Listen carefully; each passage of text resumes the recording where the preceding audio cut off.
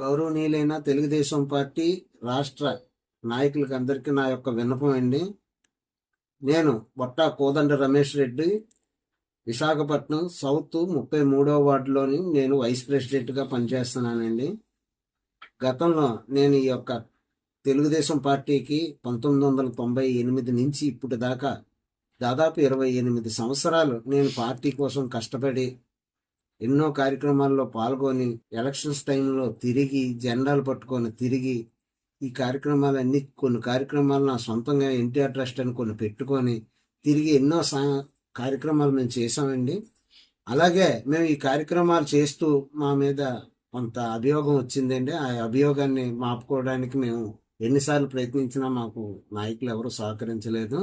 అది కాకుండానే ఇక్కడ మధుపాడ ధనలక్ష్మి అనే ఆవిడకి తెలుగుదేశం పార్టీలో చేస్తూ ఆవిడ తెలుగుదేశం పార్టీలో ఒక పదవి పొందుతూ ఆవిడ మొన్న కొత్తగా ఈ మధ్యన నీలమ్మ తల్లి అమ్మవారికి ట్రస్ట్ బోర్డు మెంబర్గా ఆవిడకి ఒక పదవి వచ్చిందండి, ధర్మకర్తగా. ఆ పదవి ఆవిడకి ఎప్పుడైతే వచ్చిన తర్వాత వైఎస్ఆర్సిపి పార్టీ తరఫున ఆవిడ ఒక మెంబర్షిప్ కార్డు, ఇన్సూరెన్స్ ఇవి చేయించుకుందండి. ఆవిడకి ఇదే వైఎస్ఆర్సిపి పార్టీలో 33వ వార్డులోని వైస్ ప్రెసిడెంట్గా పదవి ఇచ్చారు. ఇది సూర్యనారాయణ గారి దగ్గర పనిచేసే ఆమె.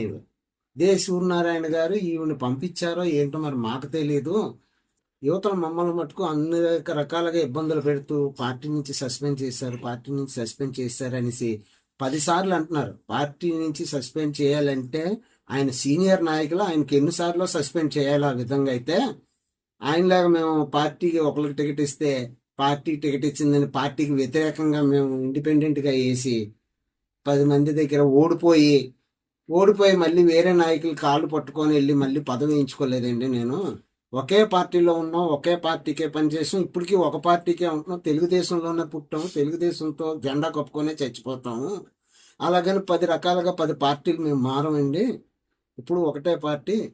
దయచేసి మీ నాయకులందరూ అర్థం చేసుకోండి. ఇలాగ సూర్యనారాయణ గారి దగ్గర ఉన్న నాయకులందరినీ 2 పక్కల పార్టీల్లోకి తిప్పుతూ మారుస్తూ చేస్తున్నారు.